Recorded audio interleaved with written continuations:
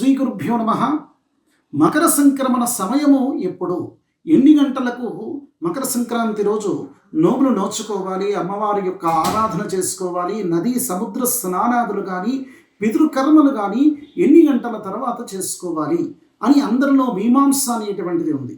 కొన్ని పంచాంగాల్లో 2:50 తర్వాత మధ్యాహ్నము 3 గంటల తర్వాత చేయాలి అనేటువంటి విషయంగా కొన్ని పంచాంగాల్లో రాశారు. కనుక ఆ విధంగా అసలైతే సమయం ఎప్పుడయ్యానంటే 8:50 ఉదయమే సంక్రమణ సమయం అనేటువంటిది వస్తూ ఉంది ఈ యొక్క తెలుగు రాష్ట్రాల్లో.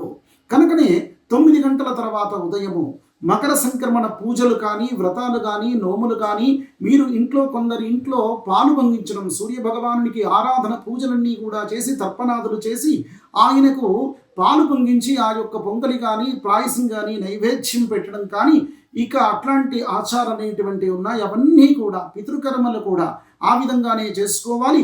కుంభమేళంలో కూడా ఆ నదీ స్నానాదులు ఏవైతే ఉన్నాయో సంక్రమణ స్నానాలు ఉదయం పూటే చేస్తూ ఉన్నారు.